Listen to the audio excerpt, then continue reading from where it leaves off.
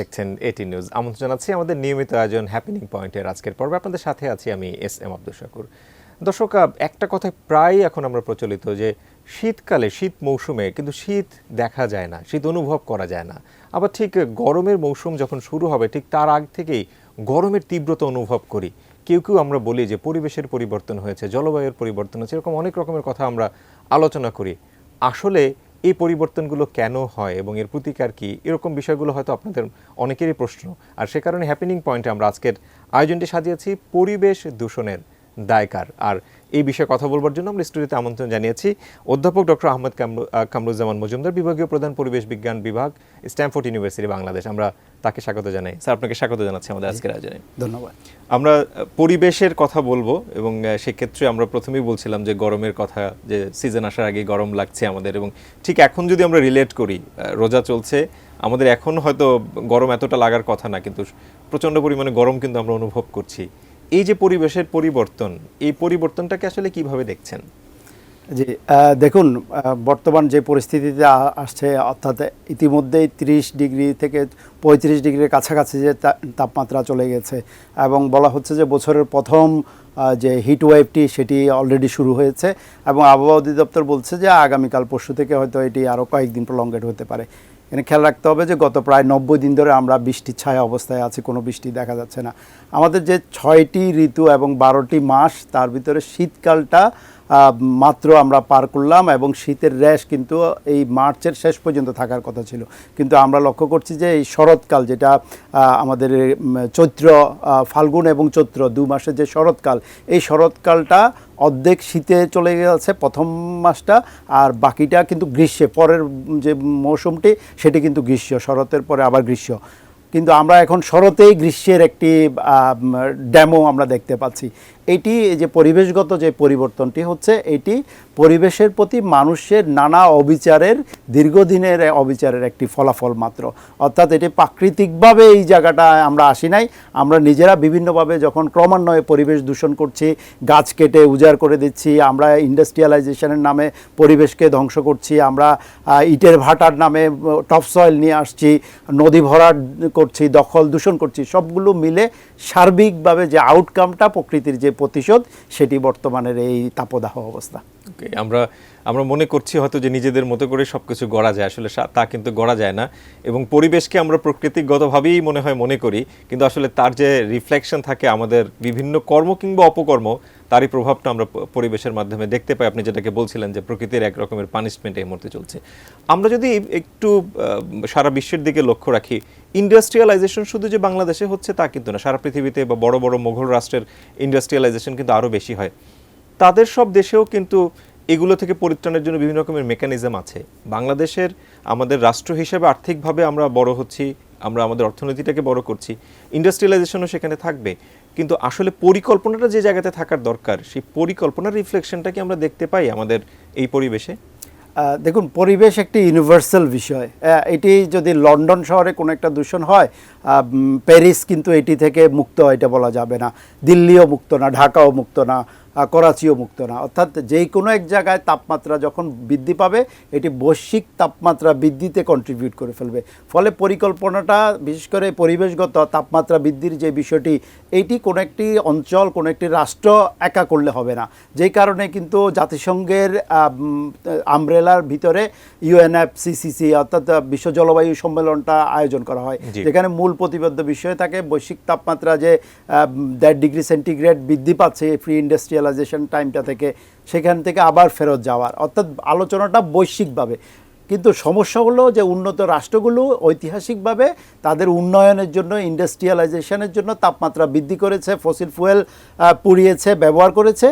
এখন তারা সেই রেসপন্সিবিলিটি বা লাইবিলিটিস নিতে চাচ্ছে না, বরং আমাদের উপরে প্রেশার দেওয়া হচ্ছে আমরা যাতে ফসিল ফুয়েল ব্যবহার না করি, কয়লা না ব্যবহার করি, ইত্যাদি ইত্যাদি। অথচ তারা যদি আমাদেরকে টেকনোলজি সাপোর্ট দিত, তারা এখন হাইড্রোজেন গ্যাস বা হাইড্রোজেন ইলেকট্রিসিটি ব্যবহার করছে, তারা ই-বাইক ব্যবহার করছে, তারা ইলেকট্রনিক ভেহিকেল ব্যবহার করছে, কিন্তু সেগুলো আবার উচ্চ মূল্যে আমাদেরকে সেই টেকনোলজি আবার সেল করতে চাচ্ছে।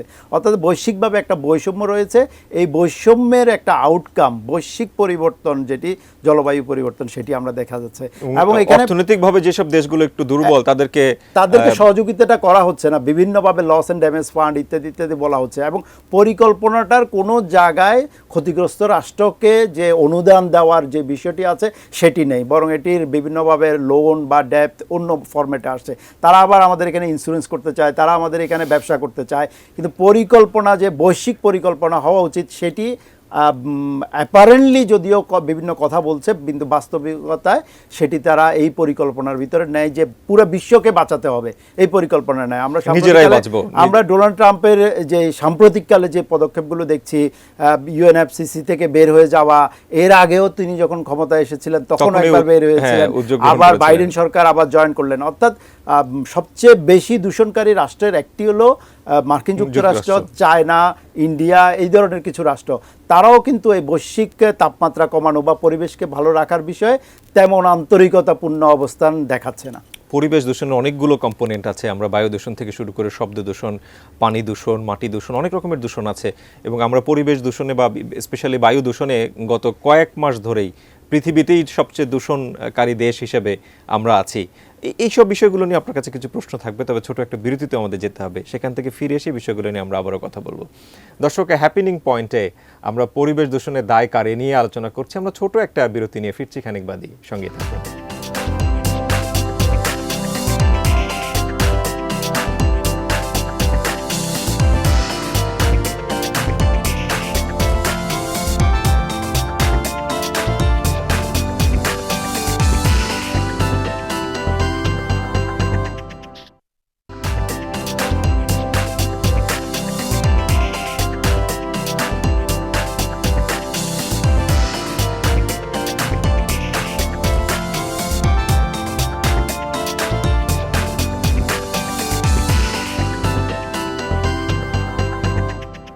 বিরতির পর আরও একবার হ্যাপেনিং পয়েন্টে স্বাগত জানাচ্ছি। ধন্যবাদ আমাদের সঙ্গে থাকার জন্য।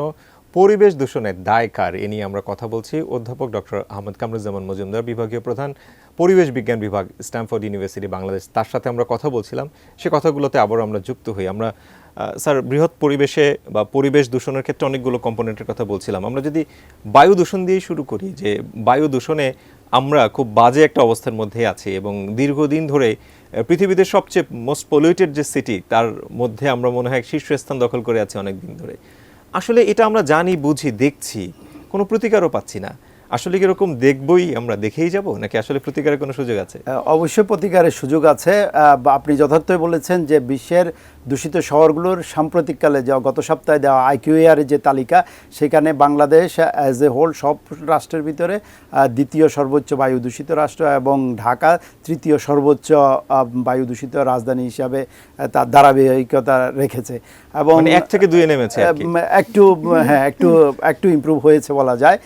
তবে সেটি দৃশ্যত যেই ইম্প্যাক্ট, সেই ইম্প্যাক্টের দিকে তেমন না। কারণ ঢাকা শহরের বায়ু দূষণ যে কী পর্যায়ে গেছে, এটা নিয়ে আমাদের যন্ত্রপাতি নিয়ে এখন আর গবেষণা করার জন্য দরকার হয় না। যেই কেউই রাস্তায় নামলে বুঝতে পারে। একটি ছিন্ন ছিন্ন গাড়ি আমার চোখের সামনে দিয়ে গেলে সকালবেলা, সকাল 10টায়ও কিন্তু সন্ধ্যা নেমে আসে, এত ধোঁয়া। কিন্তু আইন প্রয়োগকারী সংস্থার চোখে সেটি কিন্তু পড়ে না, এই ফিটনেসবিহীন যানবাহনগুলো। যদিও মাননীয় পরিবেশ উপদেষ্টার দায়িত্বে নেওয়ার সাথে সাথেই কিন্তু এই ফিটনেসবিহীন গাড়িগুলোর বিরুদ্ধে ড্রাস্টিক একটা অ্যাকশন নিয়েছিলেন, কিন্তু সকলের সার্বিক সহযোগিতা বা বিভিন্ন রকমের প্রেশারের কারণে সেই 25 বছরের পুরানো গাড়িগুলোকে ফেজ আউট করা সম্ভব হয়ে ওঠে নাই। কিন্তু এইটি করতেই হবে। এটি না করলে এই টোটাল বায়ু দূষণ কমানো ডিফিকাল্ট হয়ে যাবে। সাথে সাথে ইটের ভাটাগুলো আছে, জীর্ণ শীর্ণ গাড়ির সাথে সাথে এই গাড়ির যেই রাস্তার উপর দিয়ে চলাচল করে সেই রাস্তার অবস্থাও জীর্ণ শীর্ণ। আপনি 100 ফিট যান, 300 ফিট যান, মোহাম্মদপুর বেরিবাদে যান, এরকম যাত্রাবাড়িতে যান, যেখানেই নির্মাণ কাজ হচ্ছে সেখানেই নির্মাণবিধি না মেনে নির্মাণ কাজ করা হচ্ছে। এগুলোকে কেউ কিছু মনে করছে না। আমরা একটা অডিট করেছি 130টি এই ধরনের নির্মাণ কাজের জন্য, এবং সেখানে দেখেছি যে প্রায় 80% জায়গাতেই মহামান্য হাইকোর্টের, আমাদের নর্মাল আইন তো মানছেই না, হাইকোর্ট বলেছে নির্মাণ স্থলকে ঘেরাও দেওয়ার জন্য, পানি দেওয়ার জন্য, নির্মাণ সামগ্রী ঢেকে নেওয়ার জন্য, কোথাও এইগুলোর বলাই পর্যন্ত নাই। সো বায়ু দূষণ নিয়ন্ত্রণ করার জন্য, এটার জন্য দায়ী যারা, অর্থাৎ নির্মাণকারী সংস্থা মূলত এটি দায়ী। ব্যক্তিগত উদ্যোগে খুব সামান্য বায়ু দূষণ হতে পারে, কেউ কোথাও বর্জ্য পোড়ালে একেবারে প্রাতিষ্ঠানিক পর্যায়ে মোটা দাগে বড় বড় দূষণগুলো হচ্ছে আসলে। এক্স্যাক্টলি। যদিও পরিবেশ অধিদপ্তর মেট্রো রেলকে, বিআরটিকে, র্যাপিড ট্রান্সপোর্ট, মাস ট্রান্সপোর্টকে কিন্তু জরিমানা করেছে, লক্ষ টাকা জরিমানা করেছে পরিবেশ অধিদপ্তর, কিন্তু ওই সংস্থাগুলো আইনের প্রতি অতটুকু শ্রদ্ধাবোধ নাই যে তারা কিভাবে পরিবেশ সংরক্ষণ করার কমিটমেন্ট দিয়েছিল তাদের টরে, সেটি তারা ফিল আপ করছে না। আসলে আমরা যখন বুঝবো যে একটা বাসযোগ্য নগরী আমাদের পরবর্তী প্রজন্মের জন্য রেখে যেতে হবে, এই রিয়েলাইজেশন যখন হবে ততক্ষণে আসলে আর সেটাকে রিয়েলাইজ করা আর হয়তো সময় পাওয়া যাবে না। আমরা শুধুমাত্র বায়ুর কথাই বলছিলাম, আমরা যেখানে এখন বসে কথা বলছি এটা কারণ বাজারের মধ্যে, আমার কাছে প্রায়শই মনে হয় যে কারণ বাজারের এই রাস্তাটা বাংলাদেশের মনে হয় সবচেয়ে মোস্ট সাউন্ড পলিউটেড একটা এলাকা। আপনার সাথে কথা বলছিলাম ইনফর্মালি, আপনি বলছিলেন যে না এর চেয়েও আরো ভয়ঙ্কর রকমের শব্দ দূষণের এলাকা ঢাকাতে রয়েছে। শব্দ দূষণও যে একরকমের নীরব ঘাতক, এটা কি আমরা আসলে সবাই জানি বুঝি কিনা? দেখুন, আমাদের মানে বলা হয় না যে আমাদের রাতের ঘুম হারাম করেছে। সো বায়ু দূষণ আমাদের তাৎক্ষণিকভাবে ইম্প্যাক্ট আমরা বুঝতে পারি না, এটা ক্রনিক দীর্ঘ সময় ধরে লাগে। কিন্তু শব্দ দূষণ আমাদেরকে তাৎক্ষণিকভাবে আমাদেরকে ম্যাট করে ফেলে, আমাদেরকে অস্থির করে ফেলে, আমাদেরকে ক্রুদ্ধ করে তোলে। রাস্তা, ঢাকা শহরে এমন কোনো রাস্তা নাই যেখানে 5 মিনিট দাঁড়ানোর পরে একজন মানুষ স্বস্তির থাকতে হবে। কারণ বাজার, এই চৌরাস্তা, সার্কওয়ারার এই এলাকাগুলো, তারপর ফার্মগেট, এগুলো ঐতিহাসিকভাবে এই জায়গাগুলো শব্দ দূষণ কবলিত এলাকা। অর্থাৎ আজ থেকে 25 বছর আগে আমি যখন ছাত্র অবস্থায় গবেষণা করি তখনও এগুলো হাই পলিউটেড এরিয়া, এখনও এগুলো হাই পলিউটেড এরিয়া। উৎসও কিন্তু একইটাই, সেই যানবাহনগুলো। যদিও কারণ বাজারের চেয়ে বেশি দূষিত এলাকা আমাদের 0 পয়েন্ট, যেটিকে নীরব এলাকা ঘোষণা করা হয়েছে, সেটি সারা বাংলাদেশের 3366টি লোকেশন আমরা সার্ভে করেছি, তার ভিতরে সবচেয়ে বেশি শব্দ দূষিত এলাকা এই 0 পয়েন্টটি। তারপরে বাস স্ট্যান্ড, 0 পয়েন্টটা শব্দ দূষণ মুক্ত এলাকা বা নীরব এলাকা। সো আমাদেরকে আসলে সকলকে সম্মিলিতভাবে এই জায়গায় কাজ করতে হবে। ঢাকা শহরে 16 লক্ষের বেশি যানবাহন চলাচল করে। পরিবেশ অধিদপ্তর বিআরটি এর তথ্য অনুযায়ী 1/3 যানবাহনের ফিটনেস নাই। যেগুলো গাড়ির ফিটনেস নাই তার অধিকাংশ আবার গণপরিবহন, বাস। অথচ বিশ্বব্যাপী দেখা যাচ্ছে গণপরিবহনকেই প্রমোট করে আরবান এরিয়াতে ট্রাফিক ডিসিপ্লিনটা আনা হয়, শব্দ দূষণও কমে, বায়ু দূষণও কমে। আমরা সেটি করতে পারছি না। এক্ষেত্রে সকলের সম্মিলিত প্রয়াস। একদমই উল্টো পথে চলছে। অনুষ্ঠানের আমাদের সময়ের আসলে সংক্ষিপ্ততা আছে। যে বিষয়গুলো নিয়ে আমরা কথা বলছি প্রত্যেকটা সেগমেন্ট নিয়ে কিন্তু লম্বা ডিসকাশন করে স্কোপ আছে। আমরা হয়তো ভবিষ্যতে করবো আলাদা আলাদা বিষয় ধরে। আমরা পলিথিনের ব্যবহার নিয়ে আমরা দেখেছিলাম বর্তমান উপদেষ্টা মহোদয় কিন্তু ভালো ইনিশিয়েটিভ নিয়েছিলেন, কিন্তু শেষ পর্যায়ে আমরা যদি তার প্রয়োগটা দেখি, আমরা বাজার ঘুরলে কিন্তু সেই পলিথিনকে খুব সরব উপস্থিতি তার মধ্যে দেখতে পাই। মাটি দূষণের ক্ষেত্রে এবং মোটা দাগে পরিবেশ দূষণের ক্ষেত্রে কিন্তু এই পলিথিনের ব্যাপক ভূমিকা আছে। সেটা কি আসলেই আর আমরা এটার পরিবর্তনটা দেখব না? পরিবর্তন আমরা অবশ্যই দেখব। আপনি যেটা বলছিলেন, পলিথিন 3 ডাইমেনশনাল, মাটি, পানি, বায়ু সবগুলোকে দূষিত করে। এখন জলাবদ্ধতার পিছনে এই যে কদিন পরে বৃষ্টি হয়, যে বৃষ্টির জন্য অপেক্ষা করছি আমরা, সেই বৃষ্টি হলেই কিন্তু এখন জলাবদ্ধতা নিয়ে হয়তো আপনারা আবার ডাকবেন কথা বলার জন্য। তো আমাদের সর্বাঙ্গে ব্যথা, ওষুধ দিব কোথায়, এই ধরনের একটি অবস্থা। মাননীয় পরিবেশ উপদেষ্টা ভালো একটা পদক্ষেপ নিয়েছিলেন, অর্থাৎ পূর্ববর্তী যেই উদ্যোগটা ছিল আজ থেকে 22 বছর আগে প্লাস্টিক বা পলিথিন নিষিদ্ধ করার, সেটি কিন্তু পুনরুজ্জীবিত করেছিলেন। কিন্তু ঘাটতি যেটা আছে সেটা হলো বাজারে উপযুক্ত বিকল্প আমরা দিতে পারি নাই, এবং এনফোর্সমেন্টটা আমরা বাজার থেকে শুরু করেছি। আমাদের খেয়াল রাখার দরকার ছিল 22 বছর আগেও কিন্তু বাজারেই এনফোর্সমেন্ট হয়েছে, কারখানাতে এবং উৎপাদন যেখানে হচ্ছে এবং আমদানি, কাঁচামাল আমদানির যে সাপ্লাই চেনটা আছে সেখানে এনফোর্সমেন্টটা আমাদের জোরালো করা দরকার। তাহলে এবং দুইটা জিনিস লাগবে, এক হলো যে আমাদের কাগজের তৈরি, পাটের তৈরি বা অন্য কোনো কিছুর বিকল্প, প্লাস্টিকের অন্য কোনো বিকল্প, এমনকি সেটি ডিগ্রেডেবল প্লাস্টিকও হতে পারে, যেটাকে বায়োপ্লাস্টিক বলছে, সেটাও হতে পারে। তো এই বিকল্পটা মানুষের হাতে দিতে হবে, এবং সাথে সাথে যেই যতটুকু পলিথিন আমরা ব্যবহার করছি এটি পৃথিবীর অনেক দেশের পার ক্যাপিটা তুলনায় কম। অতএব আমাদের এইটুকু পলিথিনকে ম্যানেজমেন্টের আওতায় আনতে হবে। আমি ম্যানেজ না করে শুধু পলিথিনের খারাপ দিক মানুষকে বললে হবে না, পলিথিনটাকেও ম্যানেজ করতে হবে, তার ব্যবহার আপনি বন্ধ করতে পারবেন। আমরা অনুষ্ঠান আসলে একদম শেষের দিকে, আপনি 22 বছর আগের কথা বলছিলেন, আমরা তখনও কিন্তু ঢাকার এই পরিবেশ রক্ষার ক্ষেত্রে আমরা ট্রু স্ট্রোককে কিন্তু দেখেছিলাম যে ট্রু স্ট্রোকটাকে বন্ধ করে দেওয়া, তার কিন্তু একটা পজিটিভ ইম্প্যাক্ট আমরা পেয়েছিলাম। আগামী দিনে নতুন কোনো বিষয় আবার আপনার সাথে আমরা কথা বলবো। আমাদেরকে সময় দেওয়ার জন্য আপনাকে অনেক বেশি ধন্যবাদ জানাচ্ছি। ধন্যবাদ আপনাকে। দর্শক, পরিবেশ রক্ষায় যেমন সবাইকে একসাথে এগিয়ে আসতে হবে, আপনি কিংবা আমাকেও এগিয়ে আসতে হবে এবং প্রয়োজনীয় কিন্তু ভূমিকা পালন করতে হবে। আগামী দিনে নতুন কোনো বিষয় নিয়ে হ্যাপেনিং পয়েন্ট ফিরবে আবার আপনার সাথে। সে পর্যন্ত ভালো থাকার প্রত্যাশায় নিজে ভালো থাকুন, ভালো রাখুন আপনার চারপাশ, ভালোবাসুন আপনার দেশকে। আল্লাহ হাফিজ।